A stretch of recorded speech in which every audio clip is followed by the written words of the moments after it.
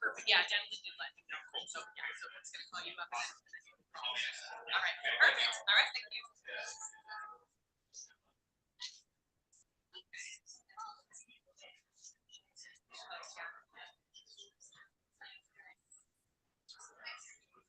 I think Steve already did. If you want to just test it. Yeah. How are you gonna say?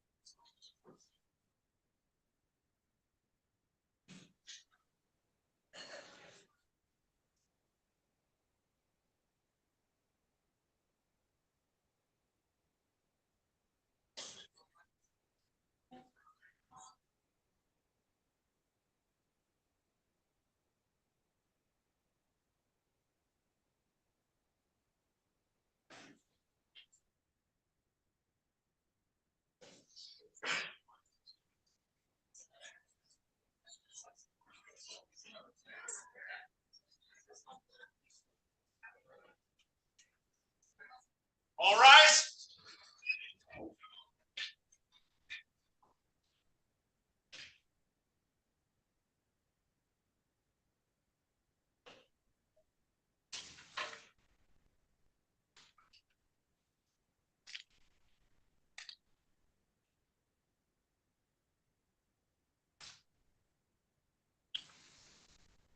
Posting the colors.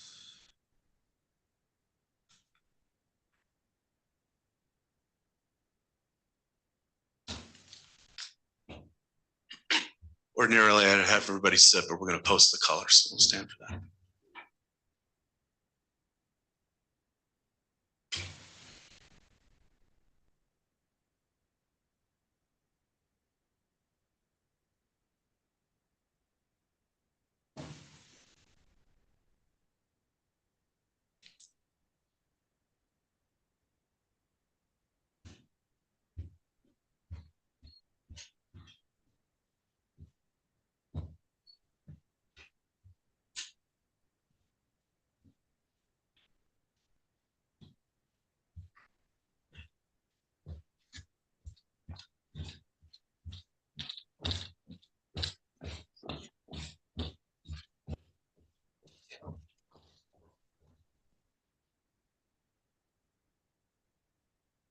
Present arms.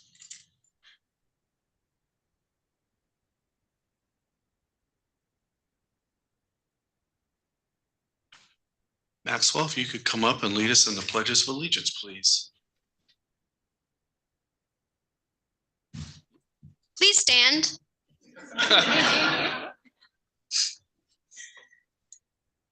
I pledge allegiance to the flag of the United States of America and to the republic for which it stands, one nation, under God, indivisible, with liberty and justice for all. Order.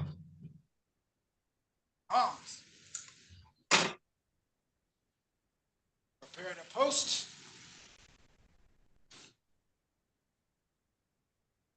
Post.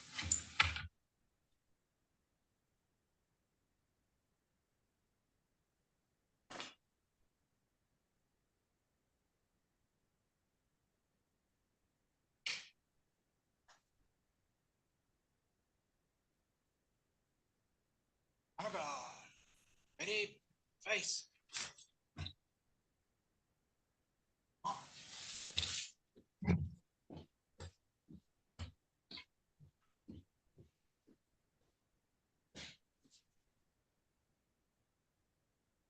Okay, thank you, everybody. Please be seated.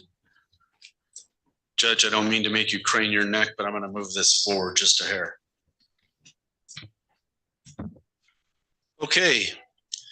At this time, I'd like to invite Scott Savage up, who will lead us in our invocation. Let's pray. Heavenly Father, we thank you so much for the opportunity that today is to recognize Danilyn for her accomplishments and to invest in her all the authority of this office. We pray that what happens today honors you, and we pray that you would equip and empower Danilyn to uphold the oath she's about to take and to live up to the standard of this office. We thank you for all the things you've done in her life to prepare her for this, and we're grateful to be witnesses today to this moment. In your name we pray, amen.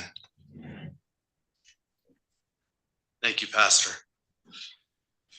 Okay, so I'd like to welcome everyone here today. It's an honor for all of you to be here. It's an honor for me to see all of you here is probably a better way to say that.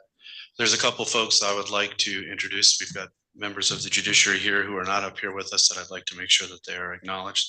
So we've got Judge Kalman, who is with us from the Maricopa County Superior Court Bench, Judge Parker, who is with us from the Maricopa County Superior Court Bench, and then we have Justice Montgomery, who is with us from the Arizona Supreme Court. So welcome to all of you. We're honored to have you here with us today. Let's see, I'm trying to see if we have any of our elected officials with us. Do we have anybody here? All right. We've got a member of the Board of Supervisors. So Supervisor Mallory, how are you? It's good to see you, ma'am.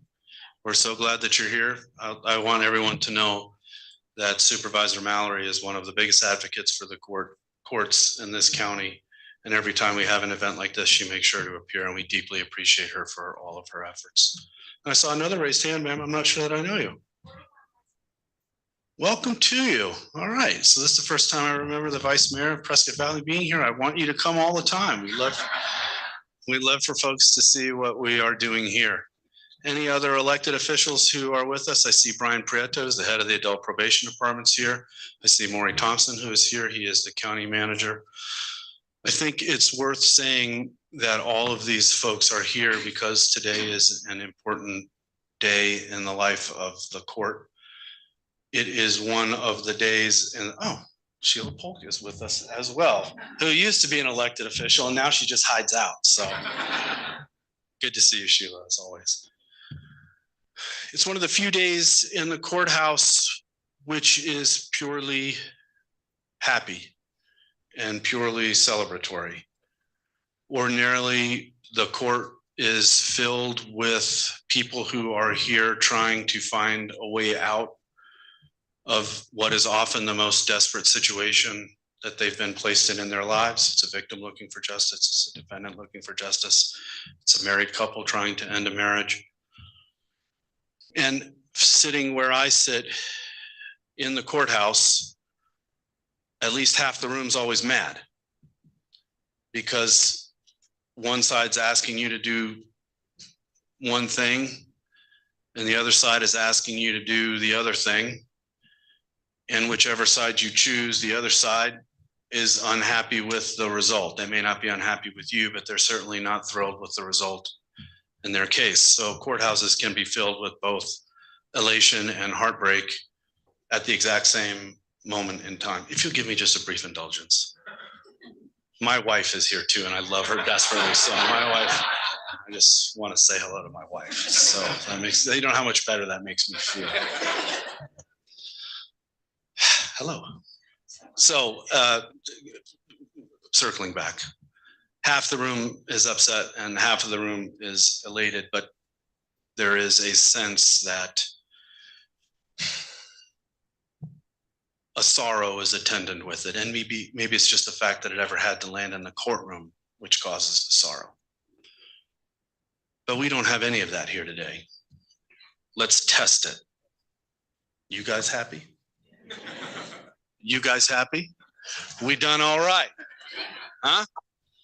So, and what we have to thank for that is Judge Savage, because she is the reason that we are all here. And she is the reason that we are all happy to be here. And so as we go out along through our way this afternoon, it's important to remember that the reason you all are as happy as you are is because of Judge Savage. So I will tell you, as the presiding judge of Yavapai County, I am happy for Judge Savage because she's an incredible judicial officer as well. She was appointed by Governor Hobbs and has been serving in honestly every capacity we've asked her to serve. She's done happily. She's done so happily, excuse me, and has exceeded all expectations of how she would do once we learned of her appointment. So not only are you happy, we're all happy. Because you can see there's a finite number of us, and if somebody isn't pulling their weight, the rest of us become unhappy. So let's try this. Are you folks happy? Are you folks happy? We're doing all right. So before I leave and turn it over to someone far wiser, I just want to introduce our bench to you so you know who your public servants are. It's important for you to know, for those of you who are not in and out of this building every day, the people who are working to bring justice to you every minute of every day. And I just thought I'd take a quick moment to introduce everybody. So here, this is the Honorable Judge McGill. I think he's Division I of the Superior Court. Correct. I'm going to fumble that along the way, so be prepared. In our back, we've got Judge Rep, who has been a member of the legal community in Yavapai County for many, many years, and she's wonderful, and she's worked with us in the courts for years and years, and when we need coverage and help and assistance, she is always there for us, and we're deeply grateful for her and her service. Judge Goldstein is our family law commissioner. Talk about somebody who's willing to grind it out. It's the family law commissioner. So that's Judge Goldstein. We have Judge Schaff Olson, who was recently appointed herself. The last time we had a moment of such joy as we're having this afternoon was when Judge Schaff Olson took her oath. We've got Judge Erickson, who is one of our pro tems, again, another one who fills in when we are in need. And frankly, we're in need a lot, so we're glad to have him, and he does a great job. Judge Ainley in the back is our presiding family law judge. She's been on the bench for many, many, years. Division III of the Superior Court. Judge Phelan is Division VIII. I know Judge Phelan because we worked hard to create Division VIII, and then we worked hard to make sure she was in Division VIII. So we've got Judge Phelan from Division VIII, and then we have Judge Young, who is our presiding juvenile judge. I don't even know what Division VI. I was going to say 7, but she caught me in time. So those are the folks who serve you every day. There's one more judge that I'm not introducing yet. We'll do that a little bit later. That's why you guys are all here today. All right. So I would like at this time to invite up Judge Parker to come speak on behalf of Judge Savage. Judge Parker, we're so thrilled to have you. Thank you for being here. I think I am more nervous to speak at Judge Savage's investiture than I was at mine. And it's probably good to have you sitting behind me, so I'll get through this a little bit better. But I am truly honored to be here with all of you today to celebrate Judge Savage's investiture and her appointment to the Yavapai County Superior Court. An investiture, by definition, means the action of formally investing a person with honors, rank, or power. But those of you who know Judge Savage well, however, will attest that her pursuit of this position had nothing to do with a desire for power or honor. Instead, she was and remains motivated by a genuine desire to serve her community humbly in this role. I first met Danilyn at a backyard gathering almost 18 years ago. She had recently gotten engaged to her now husband, Scott, who was a good friend of mine from our college days at Grand Canyon University.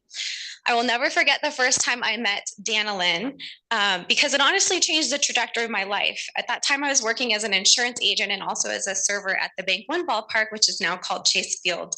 I didn't personally grow up around lawyers, and I think Danilyn was maybe the third lawyer that I had ever met in my life.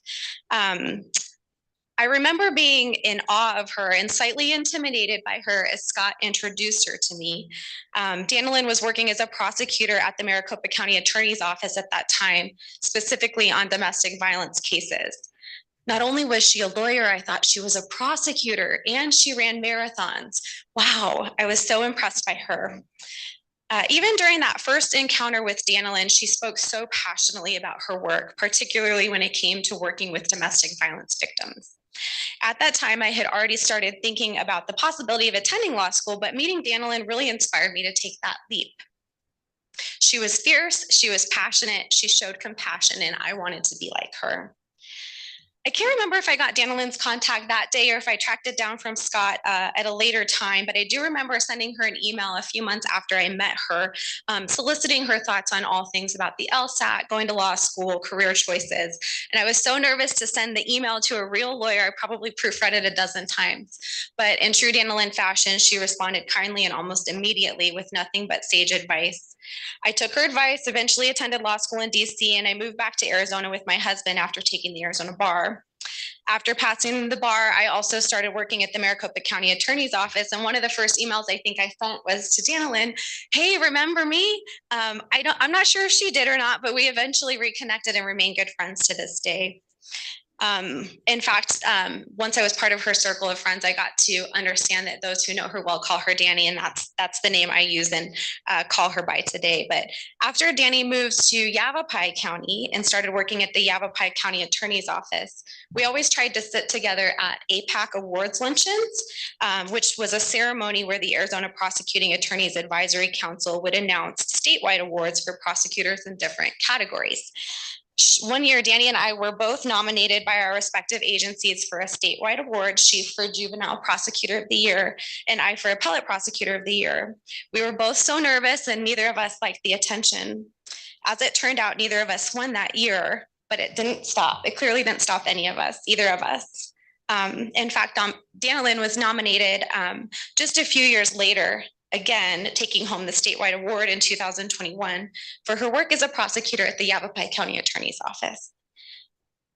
Over the years, as Danilyn's colleague and friend, I've seen her persevere through many challenges, including being bedridden with the twins for 4 months prior to their birth, moving to a different county and prosecutorial agency, being a pastor's wife, and navigating the judicial appointment process. She has met each challenge with grace, perseverance, and good perspective. And I'm certain these are qualities that she brings to the bench. I've also witnessed Danny serve her community in ways totally unrelated to the practice of law or her pursuit of a position on the bench. For example, she grows beautiful flowers in her backyard so that her kids they alternate Fridays taking flowers to their kids' teachers. So I think we can agree that earns her Mom of the Year award. But in all seriousness, Danny really cares about recognizing important work. She also coaches on one of her son's cross-country teams. And I'm told will sometimes run along the kids at various stages of the race to encourage them. But coaching cross-country for Danny is not just about running. She really understands and is wanting to be part of building our young people's character. She also makes really good homemade jam. So I don't know how many of you have been fortunate to be on the receiving side of a gift like that, but if you are, consider yourself very lucky. It's fantastic. But it's really another example of her using a skill set to serve people that she cares about. But bringing it back here to Judge Savage and her role as a judge, she told me that I could share this part with you, but that you all can blame me for her decision to become a judge. I was appointed by Governor Ducey in 2022 to the Maricopa County Superior Court, and Danilyn traveled down to Phoenix for my investiture ceremony and celebration. I remember thanking her for attending afterward, to which she replied, "This is a really big deal, and I think it will be my turn soon." Danilyn was in no way suggesting that the accomplishment of becoming a judge in and of itself was a big deal, nor was she trying to take away from my big day. But I knew in that moment exactly what she meant by her words, that the responsibility afforded to a judicial officer is very serious, and that she was willing and ready to shoulder that responsibility for her community. It was a very Isaiah 6:8 moment, and those of you who are familiar with that verse in the Bible will know exactly what I'm talking about. It was as if Danilyn heard the calling asking, "Whom shall I send and who will go for us?" To which Danilyn Savage said, "Here I am, send me." Little did I know, talking to Danilyn in my backyard about 13 months ago, that I would be here with you at her investiture, but I am not surprised, not one bit. Judge Savage, you are as humble and bold and brave as you were the day I met you. Thank you for inspiring me all those years ago to become an attorney and to seek out positions where we can most positively impact those around us. For you, that means serving on the bench. I congratulate you on your appointment and wish you a lot of well and a lot of wisdom as you continue to serve the citizens of Yavapai County in this position. Thank you.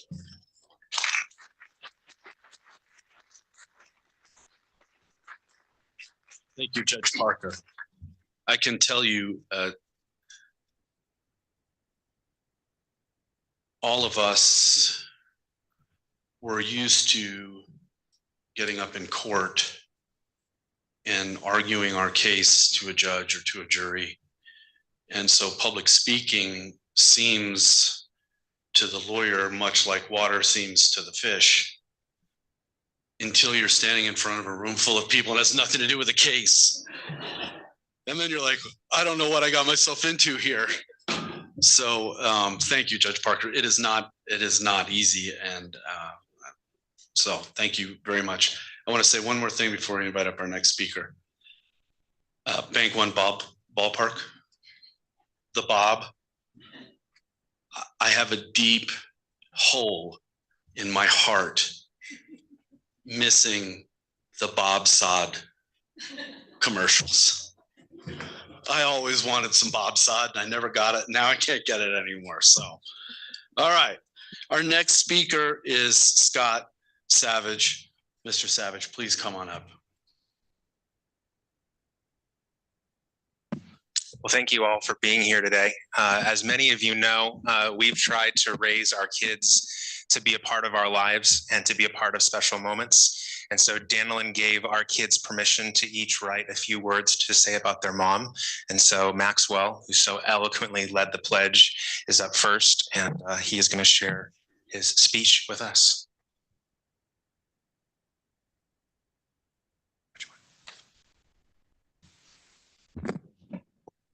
This is sort of how I felt about what happened when Mom got the job. So on December morning, when we first received news of Mom's job, it was all happening after a long time of work. She had applied and applied and applied, but every single time she didn't get it. I am proud of my mom with her hard work and dedication. When I think of it, this is changing the world. And if you may ask, it's not changing the entire world. Well, but it's changing ours. Thank you, Maxwell. Thank you.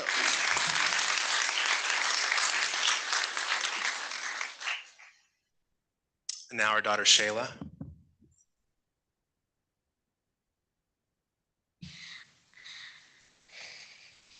When when we first received news that my mom had gotten her job, we were all so excited that I'm pretty sure we couldn't even say a word. I'm so proud of my mom. She works so very hard for this. She is so awesome, and I love her.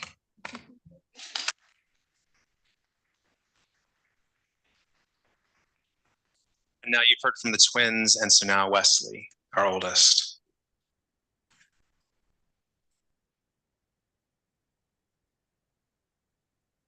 So I want everyone to know that my mom is a kind and fair person.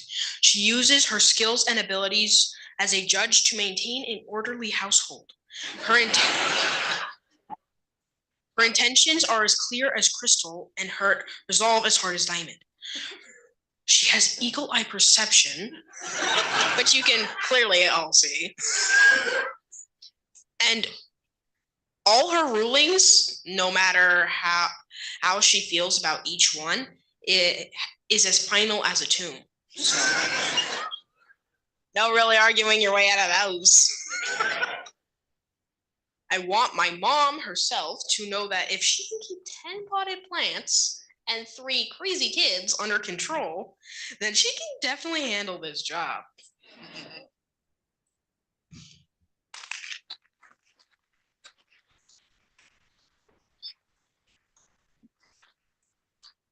Thank you, Judge Napper, for indulging our children.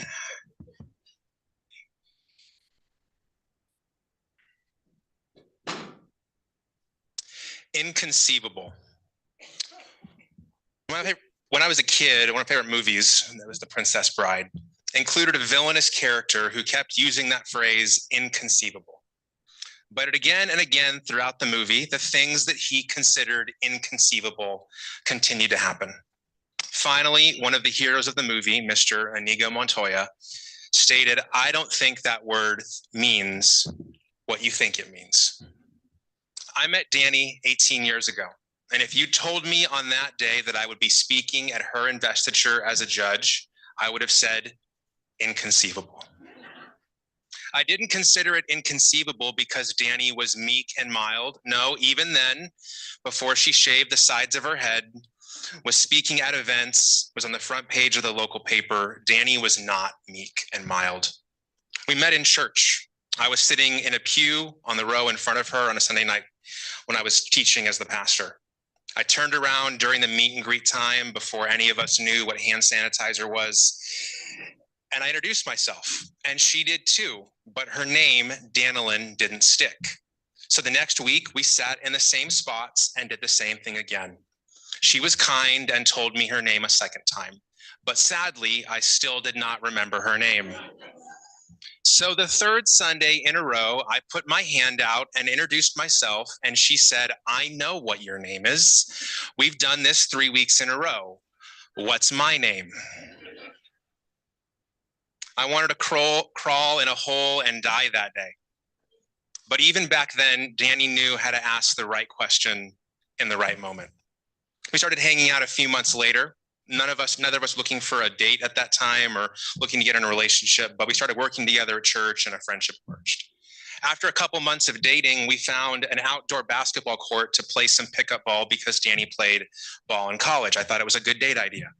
So we were shooting around, playing some horse, and eventually I proposed one-on-one. I guess I was a glutton for punishment back then. Well, eventually during the game, I finally made a shot. And I was feeling myself a little bit. I finally scored one on her. So when she walked past me, I slapped her butt. Yeah, it was a bad move. Danny glared at me, took the ball, and started posting me up. When I guarded her too close, she swung an elbow and connected with my nose very hard. I doubled over in pain and she made an easy layup. Once I stood back up without any blood, she quietly said, "Don't ever try that again." Point made. When Danny was serving at the Maricopa County Attorney's Office, I went to visit her one day, and her office was organized. It was neat. She had a calm feeling about her space. I pointed out how different her office was than many of her coworkers who had massive piles of paper, several cups on the desk, etc. And she told me that a woman had just commented on that recently. I said, "Oh, who is that woman?" And she said, "That's the lady who cleans my office." I said I was blown away that she was on a first name basis with the woman who cleaned her office. In every office that Danny has ever served in, as long as I've known her, she's been on a first name basis with the cleaning lady, the facility staff, and the security staff. People matter to Danilyn, no matter their rank or title. To her, everyone has a story, and she looks for an opportunity to hear it. Everyone has worth, and she looks for an opportunity to honor it. A few years after getting married, I finished a season of working 3 jobs and finally began working full-time at our church. In the interview for the position, I was asked about Danny's plans. And I said, well, she's currently prosecuting domestic violence cases. I could see her becoming a supervisor in the future. The person asking the question said, oh, I just was asking because I figured she'd stay at home and start having kids when you got this job. This person didn't know Danny real well, and so I smiled. And I replied, you know how I've been telling you about my calling to be a pastor?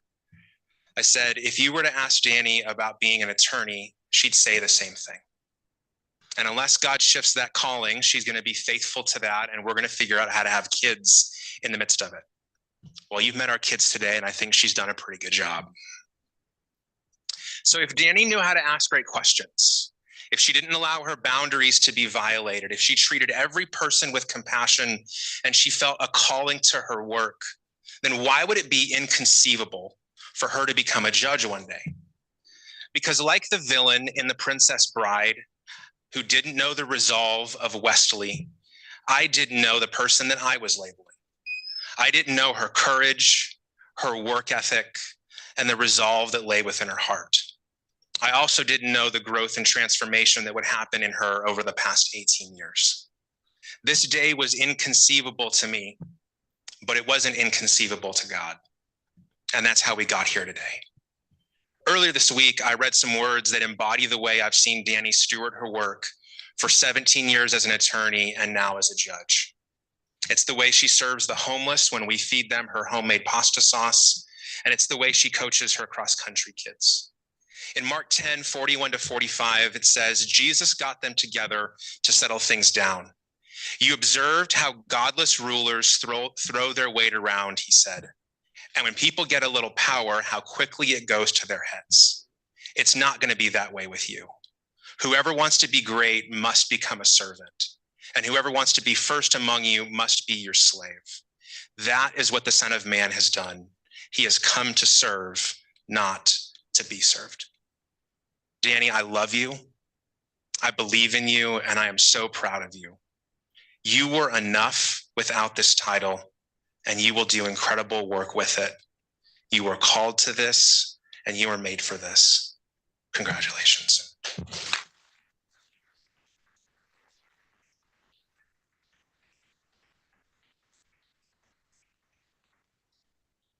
Let's come on up.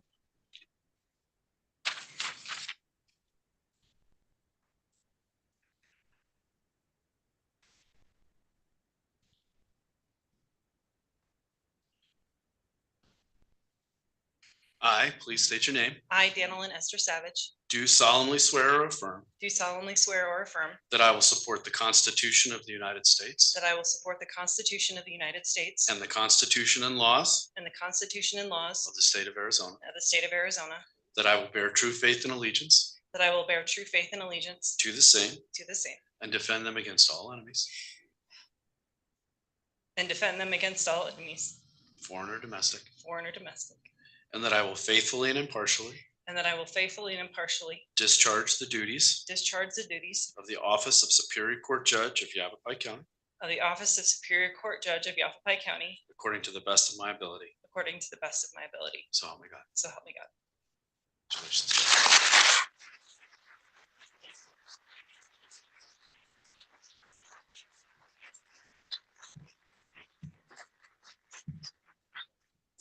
Put the robe on. Oh, yeah, we gotta do that, huh?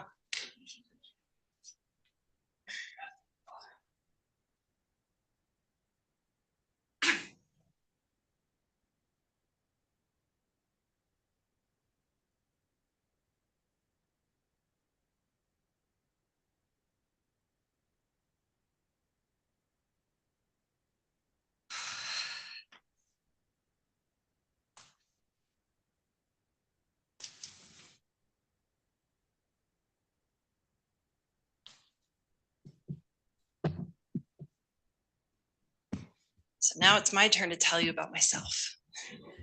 First of all, thank you, Supervisor Mallory. Lori Hunt, thank you for being here. Justice Montgomery, you were just an attorney in the county attorney's office when I started there, and then I worked under you for several years. So thank you for being here today, sir. I appreciate that. Judge Kalman, Judge Parker, thank you so much for being here. Judge Kalman did my first felony trial. It was our first felony trial against each other when we were just attorneys. So I appreciate you being here. And then Amanda, thank you.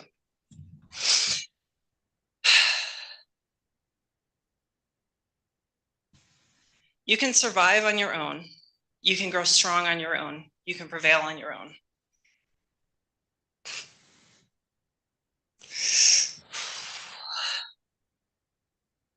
But you cannot become human on your own. I'm going to make it through this, I promise.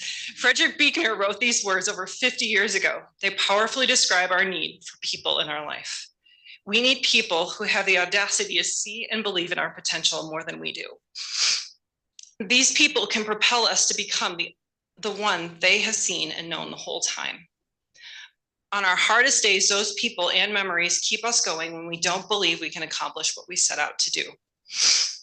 Having a community who supports and shows up for us is imperative in the process of us becoming the humans we were made to be. Today is a beautiful moment because it brings together so many people who are part of my life. I am so grateful that you're here today. Some of you have been in my life for more than 30 years. Some of you have been in my life for months. Time is not the determining factor of whether our relationships are important. Love and sacrifice is. Many of you have helped me become truly human. For those of you who don't know me, I want to help you understand my core values of who I am. To do that, I need to share where I came from. I want to share the story of 4 people who had the audacity to believe in me in pivotal times in my life. The first person I want to introduce you to is David Schreck. As a child, I was used to doing what I wanted at school and turning in work late. I was always bored and I became lazy. But in 4th grade, I began attending a new school in a small town with no friends. My teacher, Mr. Schreck, caught on to what I was doing. He wasn't going to let me skate by. The first time he called me out was when I had about 15 zeros in his grade book. This was for incomplete work that I hadn't handed in. He sent that work home with me that weekend and said, I expect this done by Monday. My bike collected a lot of dust that weekend, but I brought all that work back completed. The second time he called me out was during our practice test for the state exam. I didn't want to do the math problems. I didn't want to put in the time, and so I started filling in random circles on the Scantron. And I did that about halfway through the test. There were 100 problems. I did about 50, and then I gave up and filled in circles. He called me to his desk and said, I can tell when you stopped doing the work. Then he sent me back to the desk and said, finish it, do all the problems. So I did. At some point that year, I realized that he believed in me. He believed in my abilities. He believed I was capable of far more than I let on to anyone. At the end of the school year, during the award ceremony, I received an award. It was for being the most improved student. I missed the honor roll the first quarter that year by 1 point. I never missed it again. Because of David Schreck, I learned what I was capable of, and I still have the award. I don't keep much, but I kept this. I would not be here if it wasn't for his intervention in 4th grade. The second person I want to introduce you to is Loretta DiCarlo. From a young age, I was bullied in school. I was spit on, I was hit, I was mocked. I had food thrown at me during lunch at school. My books were always knocked out of my arms and kids messed with my locker. They made fun of my first name, and this abuse went on for 6 years. starting in elementary school and continuing into high school. All because I was an outsider. I refused to conform to their labels and be pigeonholed. Small towns can be hard to fit in, especially when you don't grow up there or you don't know the right people. But despite that experience at school, the one thing I never expected was to be bullied by my faith community. On Senior Sunday in 1998, my church honored the seniors and read a short description of what we wanted to pursue in the future. Even back then, I knew I wanted to be a lawyer. I don't know when that started, but I knew that was the direction my life was headed. On that particular Sunday morning, when the woman on stage read what I wanted to do, she laughed and said, "A Christian lawyer? Isn't that an oxymoron?" Then she laughed again, and everyone in the congregation joined in. I felt humiliated and small. I put on a good face because I was used to this at school, just wasn't used to it at church. As I left the service that day, only one person stopped me. Her name was Loretta DiCarlo. Mrs. DiCarlo stopped me, stood in front of me, and said words that I would never forget. She said, "I didn't laugh. That wasn't funny. What they did to you, what they said, that was not okay." She was the only person that day who said anything to affirm me after being mocked. She said my dream was amazing and she believed I would do it. She believed in me. I can still see that moment in my mind today. Loretta called out the bullying and affirmed what was true about me. I walked away knowing that at least one person believed in me. I walked away knowing that day I committed to show the people who mocked me and tried to humiliate me that they were wrong.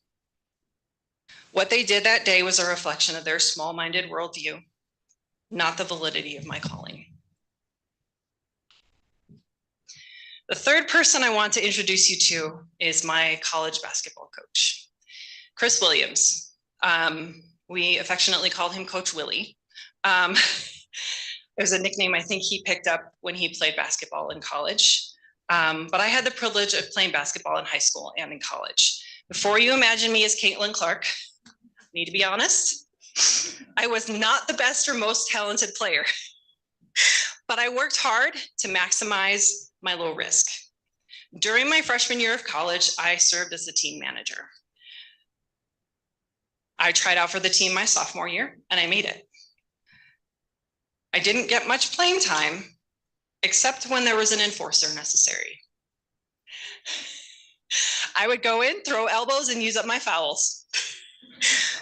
And as you heard, my husband once took an elbow to the face. So over time, I learned that my contribution to the team was to be ready to play when I was needed. I made sure I pushed my teammates in every single practice so they were ready to face our opponents on the court. After I graduated, I knew I would still have 1 year of eligibility to play basketball due to tearing my ACL and missing one season.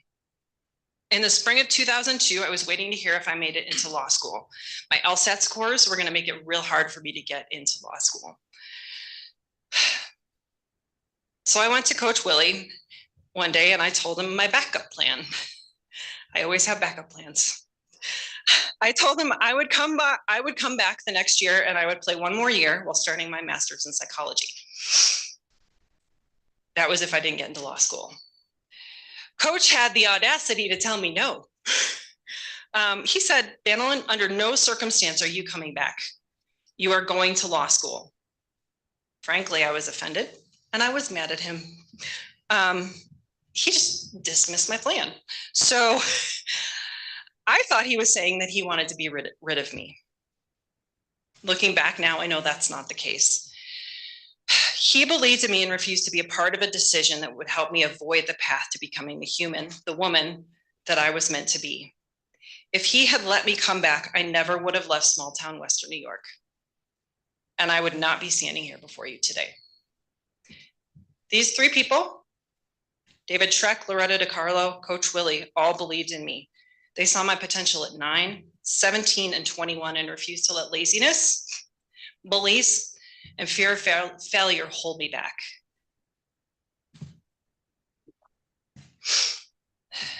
I was recently reminded of a quote while watching the 2005 film Coach Carter, starring Samuel L. Jackson. Coach Carter was a basketball coach in California at a school not known for academic success or students attending college. Jackson's character takes on a challenging group of young men to help them grow into strong humans. Throughout the movie, Coach Carter asks one of the players, "What is your greatest fear? What is your greatest fear? What is your greatest fear?" Ultimately, the player responds in a powerful moment and speaks the following words.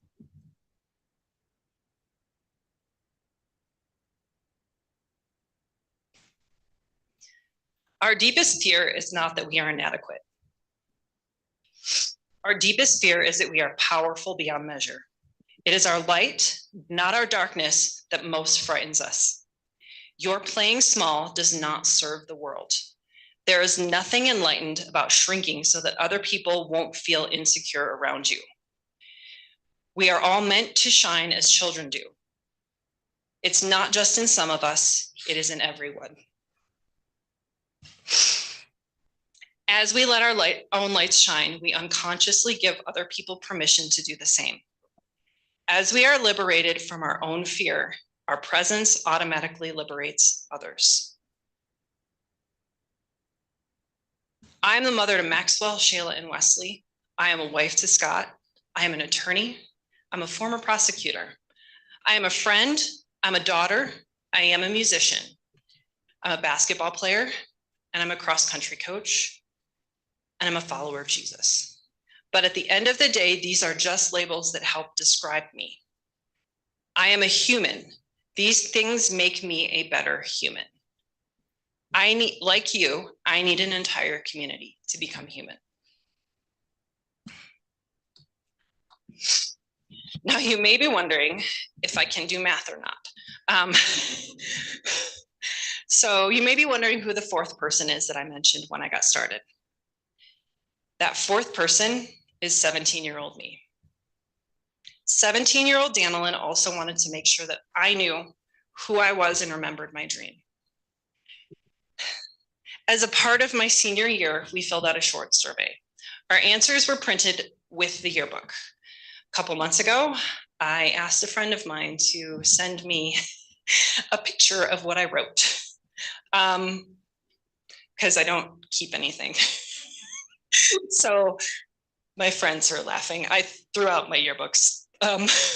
So I don't like, yeah. So I had a friend that I knew kept things. And so I sent her a text and I said, "Hey, can you send this to me?" So I was shocked at what I read. I did not recall what I found in that text message.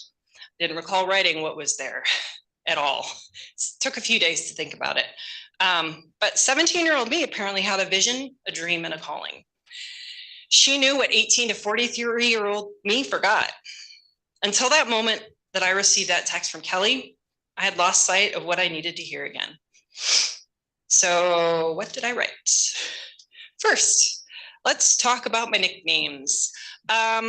So I had one that stood out that I wanted to address. When I was in high school, I cut my hair short. I liked short hair. It makes my curls look better. And so I had a short haircut and I played basketball. So I would put my hair in these little puff balls on my head for games and practices. The JV girls called me Pom Pom. So yes, I used to put puff balls on my head and get called Pom Pom when I was playing basketball, even though I was the enforcer. The second thing, my desired legacy. I want to be remembered as someone who didn't hate anyone and stood up for what I believed in no matter the cost. Piece of advice. No one ever choked to death from swallowing their pride. If you try it, you might be better liked. Apparently, I've always been very direct, maybe a little bit feisty. Finally, and this is the crazy part. This is the part that I have no memory of at all. My dream. I want to become a lawyer and eventually be an elected official. I needed to read those words earlier this year because I've spent a long time hiding my light. On far too many occasions, I made myself small to survive. However, I am not meant to make myself small in order to make others feel better about themselves. I am meant to shine so that each one of you can do the same. I stepped out of my fear last year and walked into my humanity so that each of you can see it is possible to be wholly yourself and make a difference in your community. I've heard my husband tell our church on multiple occasions that if serving is below you, then leading is beyond you. Let me be clear. I am not here to serve myself. I'm not here to climb a ladder. I'm here to serve Yavapai County. I worked hard to get here through my nearly 17-year career as a prosecutor. For the last 7 years, it's been an honor to serve the county as a prosecutor, but the hardest work of all is still ahead of me. My prayer is to inspire others,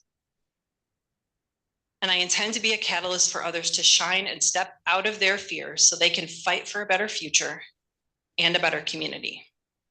Every day I get up and serve my kids, my family, my cross-country team, so they can follow their calling with courage too. 17-year-old me knew what she wanted. She was feisty and she was powerful. Somehow she knew that today was coming.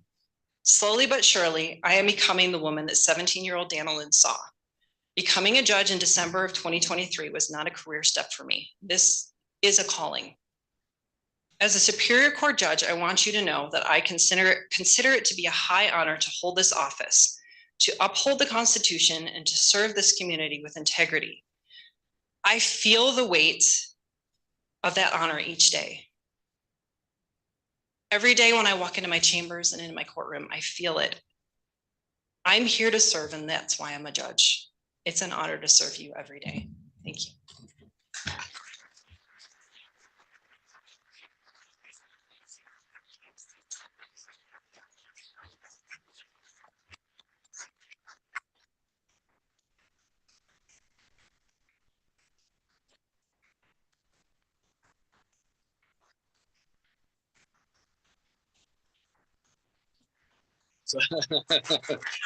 So don't sit down yet.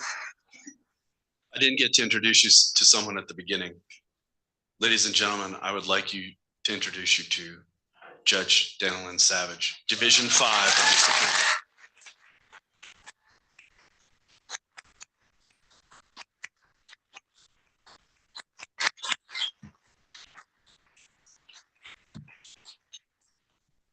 Okay, now you can be seated. I won't take up too much more of your time. I did want to say that there is the Yavapai County Bar. So the Yavapai County Bar is putting together a function in celebration of today and Judge Savage. That is at the Whiskey River Tavern. For those of you from not from Yavapai County, we live rough and tumble here and we drink whiskey. So you're all welcome. We've had, let's see, Samuel L. Jackson, Tombs, butt slapping, basketball. I'd like to quote a 1980s movie and just say it's been a hell of a day at sea, sir. So with that, please feel free to stay here. You don't have to drown yourself at the Whiskey River, although you're welcome to. It's Yavapai County. But to say hello to and thank you to Judge Savage for her service to us here in the courtroom. If you want to take photographs, you are free to do so.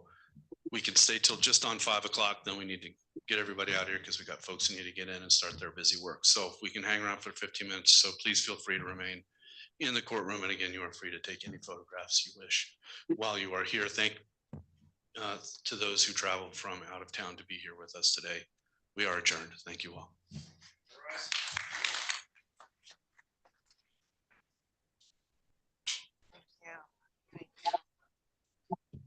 Don't forget your cards, buddy. What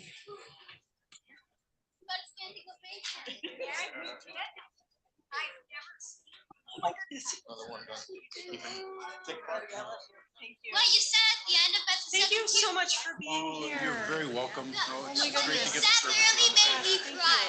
And What you said made me cry Yes. too. Thank you, I appreciate it. Thank you so What much. you said made me cry too.